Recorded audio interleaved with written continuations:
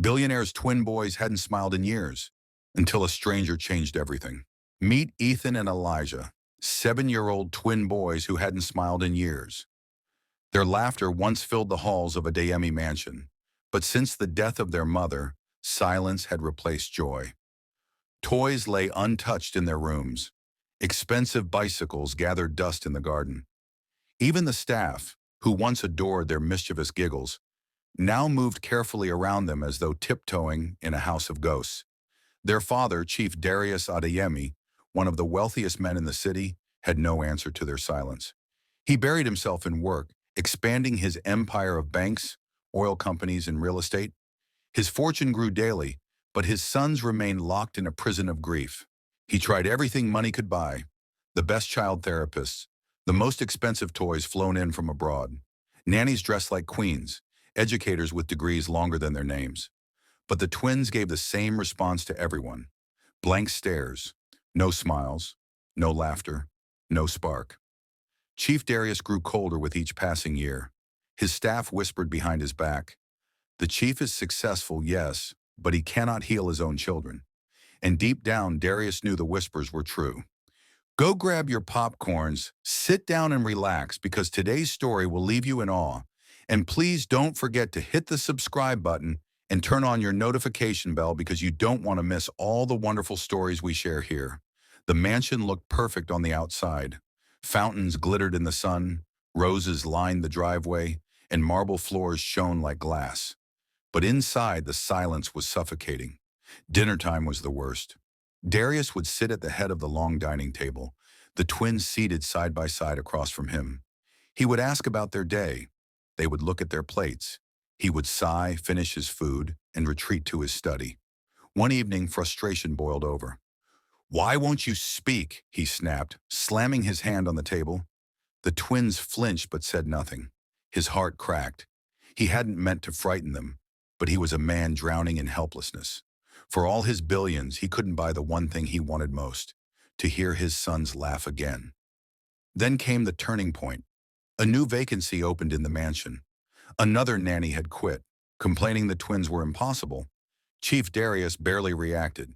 He instructed his manager to hire someone new. "Anyone," he muttered. "I don't care anymore." And so fate brought in someone unexpected. Her name was Yetunde, a 25-year-old woman from Ibadan, desperate for work after her father's illness left her family struggling. She wasn't glamorous like the nannies before her. She didn't arrive in designer shoes or with polished resumes. She wore a plain Ankara gown, her hair tied neatly, her eyes carrying both tiredness and quiet determination. The staff eyed her with doubt. "She won't last 2 weeks. She's too simple for this mansion. She doesn't know these children." But Yetunde wasn't like the others. On her first day, she didn't bombard the twins with questions or force them to play. She simply sat near them in the garden, humming softly while mending a small tear in her dress. Ethan and Elijah sat a few meters away, silent as always, their faces blank. Yetunde didn't press. She only hummed, her voice carrying the tune of an old Yoruba lullaby her mother used to sing. The words were simple, soothing, wrapped in warmth. The boys didn't move, didn't speak, but their eyes shifted ever so slightly toward her. They listened. It was the smallest crack in the wall they had built, and Yetunde noticed. That evening, instead of offering them gadgets or expensive games, she sat on the floor of their playroom and began telling a story. Not from a book, not from a cartoon, but from her childhood. A tale about the tortoise who thought he was smarter than everyone else.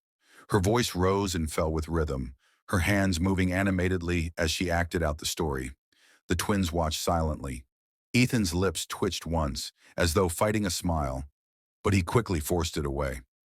Elijah tilted his head, eyes narrowing in curiosity. For the first time in years, they weren't staring blankly at the floor. They were paying attention. And for Yetunde, that was enough.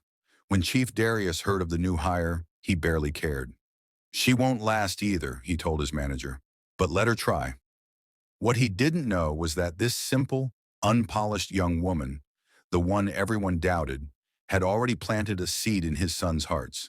The mansion had been silent for years, but with Yetunde's arrival, change had entered quietly, and soon everything would be different. The morning Yetunde officially started at Adiemi Mansion, the staff were already whispering. She won't last 1 week. She looks too ordinary. She doesn't know what she's walking into. The mansion had swallowed countless nannies before her. Some came with degrees in child psychology, others with glowing recommendations. All of them had failed. The twins didn't just ignore people, they broke them. But Yetunde didn't flinch when she heard the whispers. She tied her simple scarf tighter, carried her small bag of belongings, and followed the head housekeeper to the twins' playroom. The playroom was a kingdom of silence. Colorful toys lined the shelves. A brand new train set sat untouched. A TV screen flickered with a cartoon, but the boys weren't watching. Ethan sat cross-legged on the carpet, staring at the floor. Elijah leaned against the wall, his blank gaze fixed on nothing. The housekeeper cleared her throat. "Boys, this is your new nanny." Her voice was stiff, her face skeptical. "Her name is Yetunde." No response. The housekeeper sighed, gave Yetunde a pitying look, and slipped out, muttering, "Good luck." Yetunde stood there for a moment, her heart pounding. The silence felt heavy, almost alive. She could feel the weight of their grief, the wall they had built round themselves. But she didn't rush to fill the silence with words. Instead, she lowered herself onto the floor. Not near them, but not far either. She untied her scarf, folded it neatly, and began humming softly. The tune was one her mother used to sing to her when she was a little girl, a Yoruba lullaby, gentle and steady, the kind that could calm even the most restless spirit. She didn't look at the twins directly. She hummed as if to herself, as though she had all the time in the world. Minutes passed. Ethan's head shifted slightly. Elijah blinked, his gaze flickering toward her. It was only a second, but Yetun noticed. By lunchtime, the staff peeked in to see Yetun still sitting cross-legged, now telling a story. And Tortoise said, "I am the smartest of all creatures. No one can trick me." But we all know the tortoise is always the one who ends up tricked. Her hands moved animatedly, her voice rising and falling. She made faces, stretched her arms like wings, tapped the floor for emphasis. The twins didn't speak. They didn't smile. But they watched. Their eyes followed her movements, curious. When the cook whispered to another staff member, "Look, they're listening," word spread through the mansion like wildfire. Still, the twins gave no outward reaction. Yetunde didn't push. She only smiled faintly and continued. That night when she left the playroom, she whispered under her breath, "It's a start." Meanwhile, Chief Darius remained unimpressed. "Another one," he muttered when the head housekeeper gave her report. "She'll give up in a week." "She's different, sir," the housekeeper admitted. Darius scoffed. "They all seem different at first. I don't need reports. Just make sure the boys are fed and safe." But deep down, her words lingered. Different. He brushed the thought aside, drowning himself in business calls. The following day, Yetunde arrived early with something new. A small handmade drum her younger brother had given her years ago. Its leather was worn, but the sound was still rich. She sat on the carpet again, tapping softly, letting the rhythm fill the room. Dum, dum, dum, dum. The twins looked up almost at the same time. She didn't say a word. She just kept tapping, then added a soft chant. "Re mi, masunkun, masunkun." "My friend, don't cry, don't cry." Her voice was gentle, coaxing. Elijah's brows furrowed. Ethan's lips pressed together. They didn't smile, not yet, but their attention sharpened. After a while, she stopped and set the drum beside them.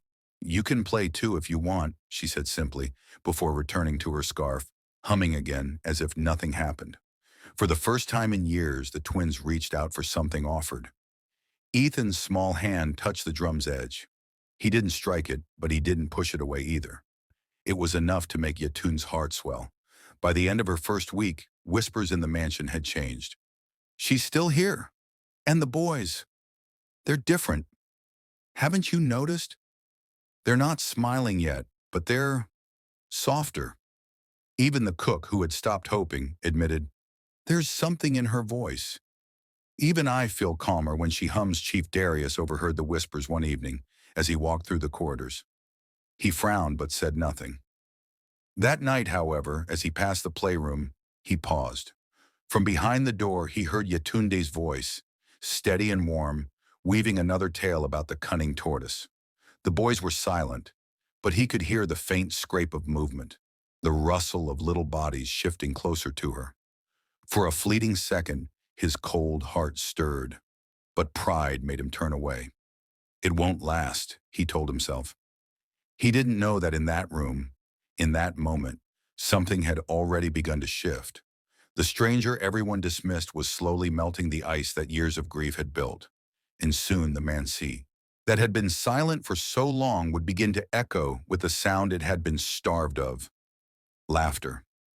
Days turned into weeks, and Yetunde's presence in Adeyemi Mansion became less of a novelty and more of a rhythm.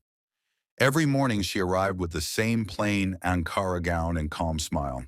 She didn't flood the twins with questions or smother them with pity. Instead, she wove herself gently into their silence, like a thread repairing torn fabric. The staff had stopped mocking her. Now they watched with a quiet awe, because something was happening.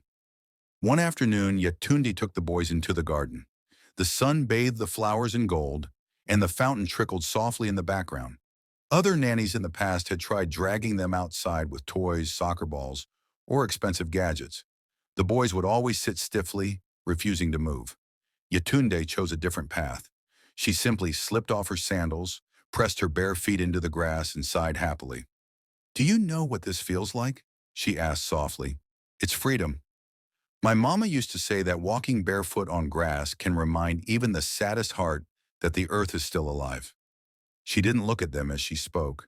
She only walked slowly, her toes curling into the earth, humming a tune under her breath. Ethan and Elijah sat on the bench, watching. Their eyes followed her every step.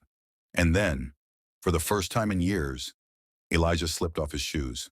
Tentatively, he pressed one foot against the grass. He flinched, then looked down, his brows furrowed. Yetunde noticed but said nothing. She just smiled faintly and kept humming.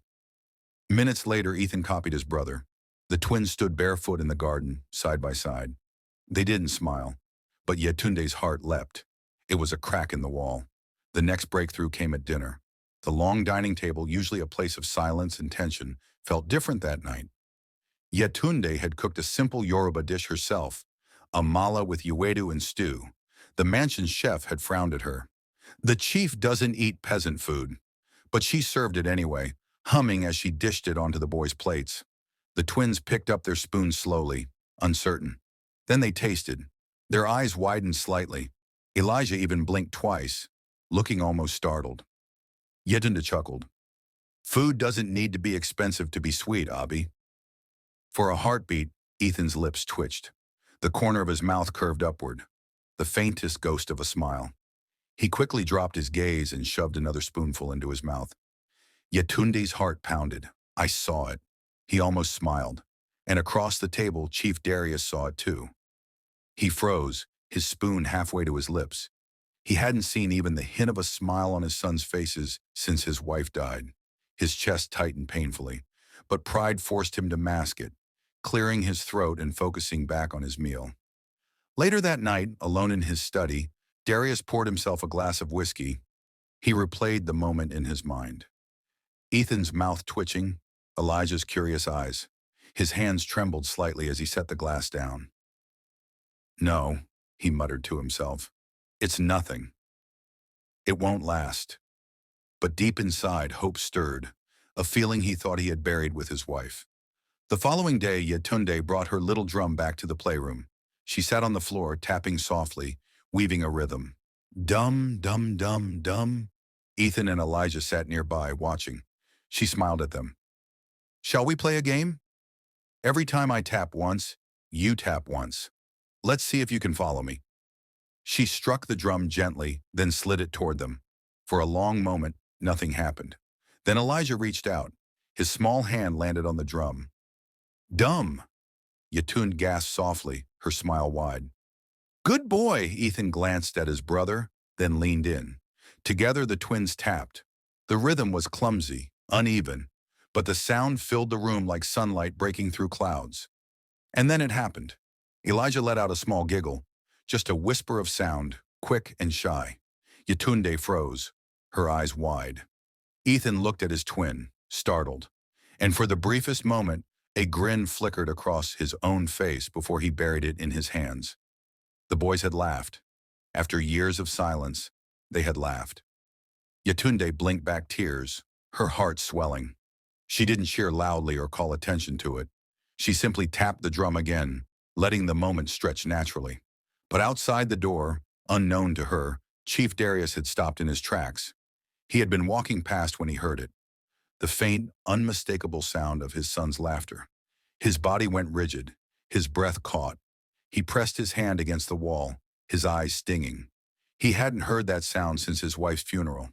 For a long moment, he stood there, torn between bursting into the room or retreating. In the end, pride won. He wiped his eyes quickly, straightened his shoulders, and walked away. But no matter how hard he tried, he couldn't erase the sound from his memory.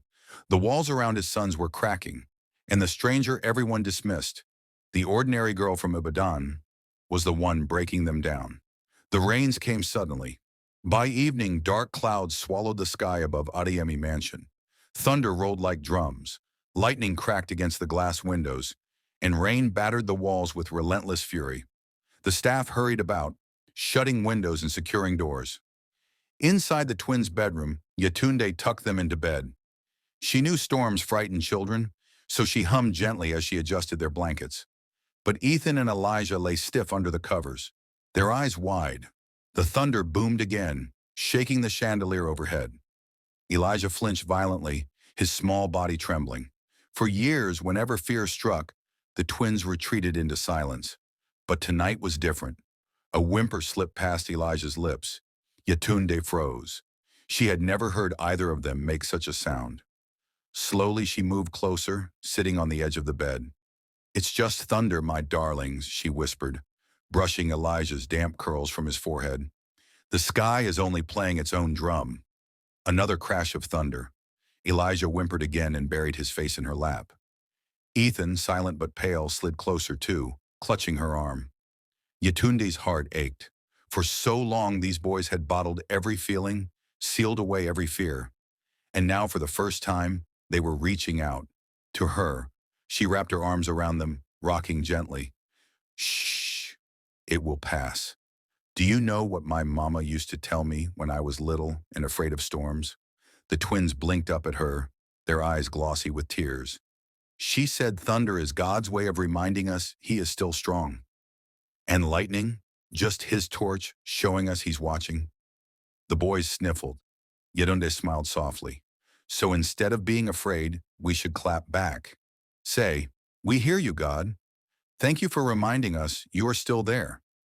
Shall we try?" Ethan frowned. "Clap?" His voice was faint, barely above a whisper. Yetunde gasped softly, her eyes widening. He spoke. After all these years, he had spoken. "Yes, clap," she said quickly, fighting tears. She demonstrated, clapping her hands once, then again. "See? Like this." The thunder rumbled.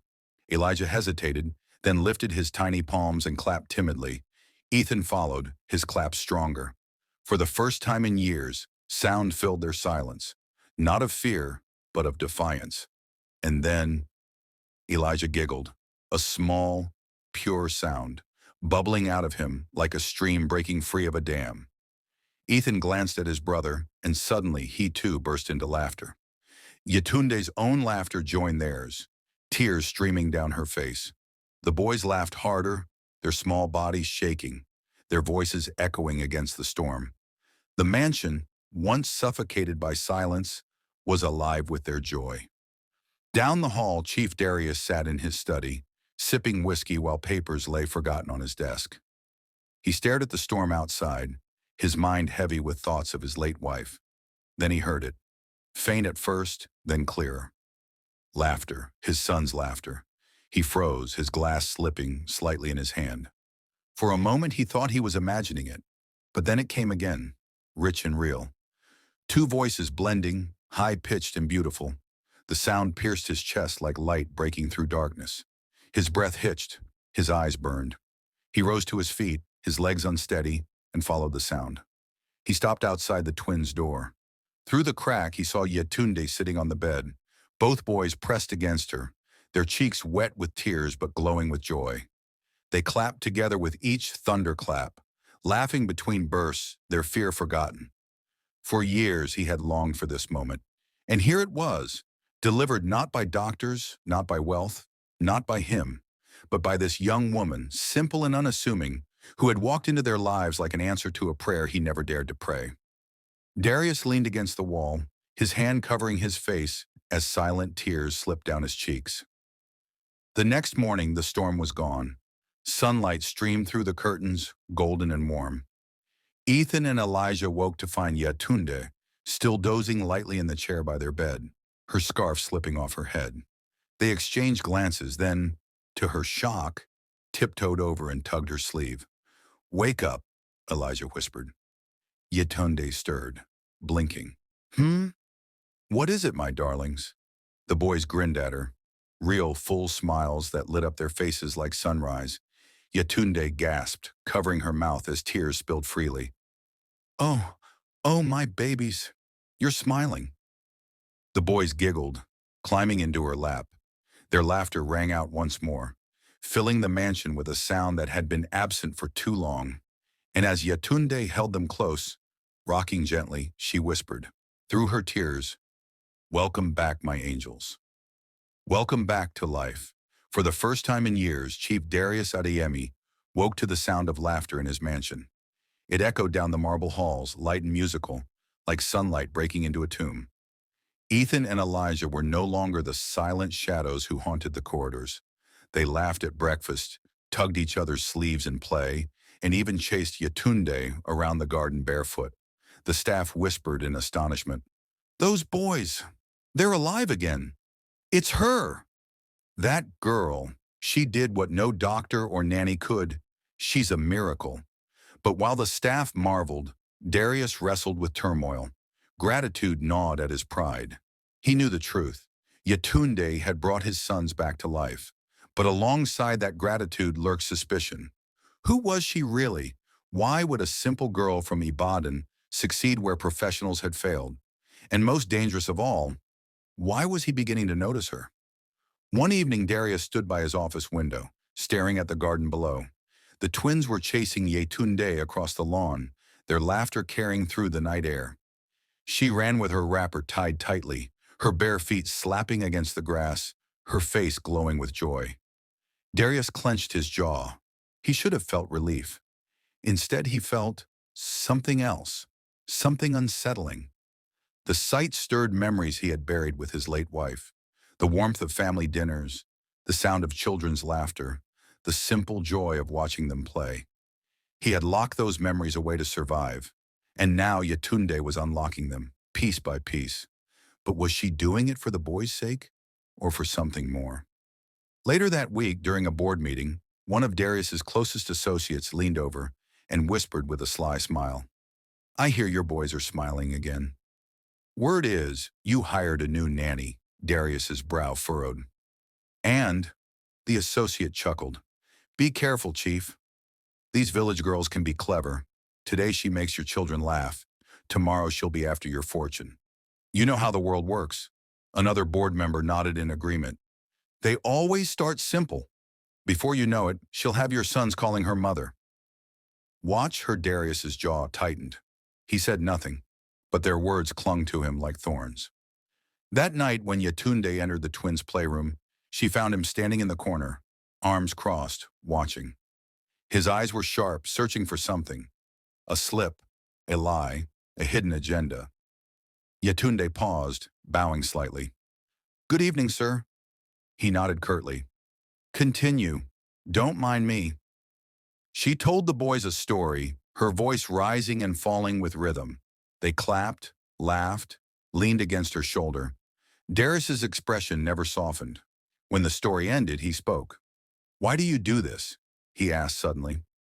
Yatunde looked up, startled. "Do what, sir?" "Spend hours with them.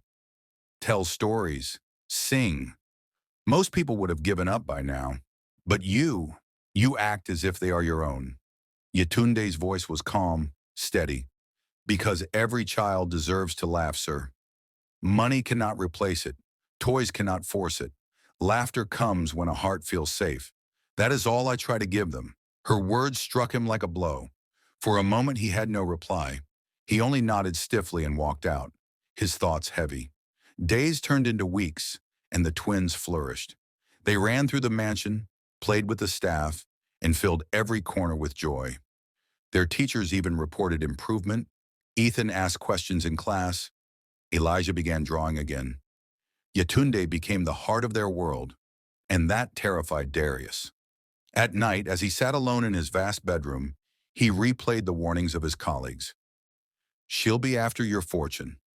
But then he remembered Elijah's giggle, Ethan's smile, the way his sons clung to Yetunde's hands with trust.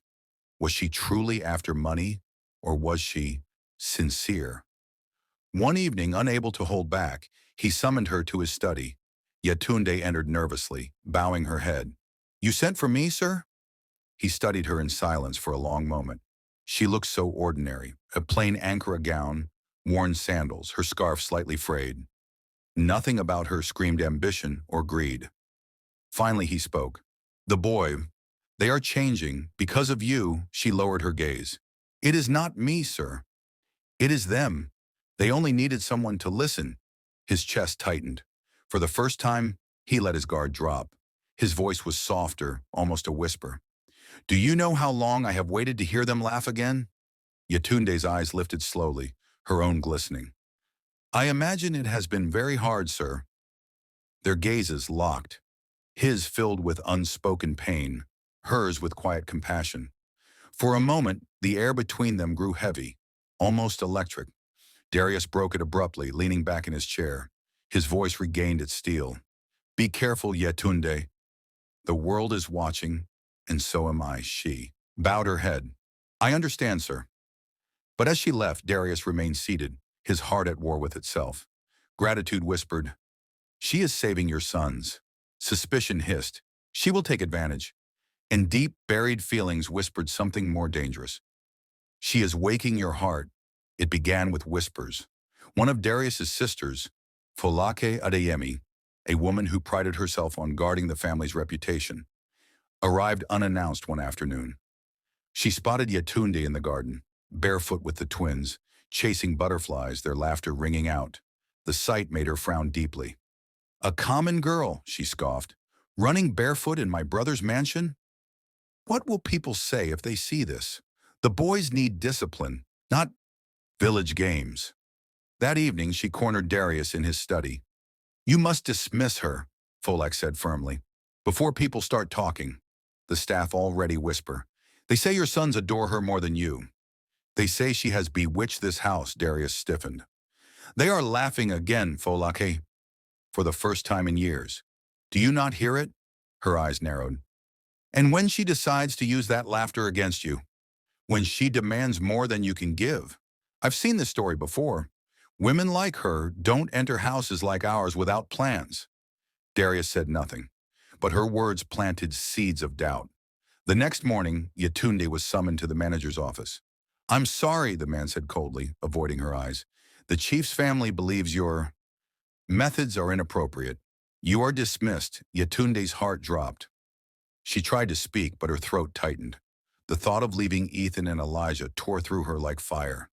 Still, she bowed her head. Thank you, she whispered, her voice breaking. When the twins found out, their world collapsed. No! Ethan cried, his voice sharp, his small fists pounding the wall. Elijah clung to her skirt, tears streaming. Don't go! Please don't go! Yetunde knelt, hugging them tightly. My angels, I don't want to go either, but sometimes life is unfair. The boys screamed, their cries echoing through the mansion. For the first time in years, their silence was broken not by joy, but by pain. And Chief Darius heard it. He stormed into the playroom, his face thunderous. What is happening here? Ethan's small chest heaved as he shouted, We don't want her to leave. She makes us laugh. She makes us happy. Elijah sobbed, clutching Yetunde's hand with all his strength. If she goes, we'll stop smiling again. Darius froze. His heart twisted as the words struck him like arrows. His sons, his flesh and blood, had finally found light, and he was about to snuff it out. His gaze shifted to Yetunde. She was on her knees, tears streaking her cheeks, her arms wrapped around the boys protectively. Her eyes met his, not with defiance, but with sorrow. "I never wanted anything but their happiness," she whispered. The room went silent. Only the sound of the boys' ragged breathing filled the air. And in that silence, something inside Darius broke. That night he stood alone in his study, staring at a photograph of his late wife. For years he had buried his grief in pride and suspicion, believing no one could ever bring his sons back. But now, Yetunde had done what money, doctors, and even he could not. He whispered into the quiet, his voice trembling. "Forgive me, my love. I couldn't heal them, but she could." The next morning he made his decision. At breakfast the boys sat silently, their eyes swollen from crying. They pushed their food around their plates, too heartbroken to eat. Then the door opened. Yetunde stepped inside. The boys leapt to their feet, their cries turning to gasps of joy. "Mama Yetunde!" Elijah shouted, rushing into her arms. Ethan followed, hugging her tightly. She blinked in confusion, looking at Darius. He stood at the head of the table, his voice steady but softer than she had ever heard. "You are not leaving. Not today, not tomorrow, not ever. If my sons want you here, then here you will stay." The boys erupted in cheers, laughing through their tears. Yetunde's own eyes filled.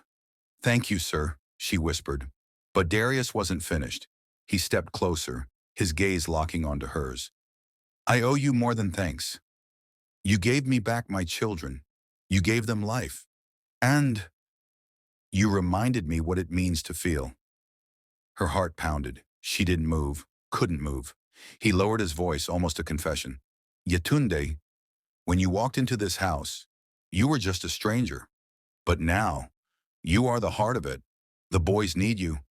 And so do I." Her breath caught, tears spilling. "Sir!" But before she could protest, the twins seized her hands and tugged them toward their father. "Papa, marry her!" Elijah shouted, his face glowing. "Then she'll never leave." Ethan grinned, nodding eagerly. "Yes, Papa, then we'll always laugh." Darius chuckled, a sound that startled, even himself. He knelt beside them, resting a hand on each son's shoulder. Then he looked at Yetunde, his eyes filled with sincerity. "I won't force you," he said softly. "But know this, you are more than a nanny. You are family. If you'll allow me, I want to make it official." The twins stared at her, their eyes wide with hope. "Please, Mama Yetunde," they whispered. Yetunde's heart overflowed. For years she had prayed for purpose, for a way to lift her family from hardship. She never imagined it would come in the form of two broken boys and their grieving father. Through her tears she nodded slowly. "Yes." The twins screamed with joy, hugging her tightly. "She said yes. She said yes." And for the first time in a very long time, Chief Darius smiled. A true, unguarded smile. The Adeyemi twins didn't need more toys, riches, or bodyguards. What they needed was love. The kind of love that listens, that heals, that makes broken hearts laugh again. Chief Darius learned that wealth can build walls, but only sincerity and care can tear them down. Sometimes the one who saves us isn't the richest or the most educated, but the one who shows up with an open heart. Remember this, my friends. Money can buy silence, but only love can bring back laughter. In the end, money may fill a house, but only love makes it a home. If this story moved you, don't just click away. Subscribe, like, and comment for more interesting stories.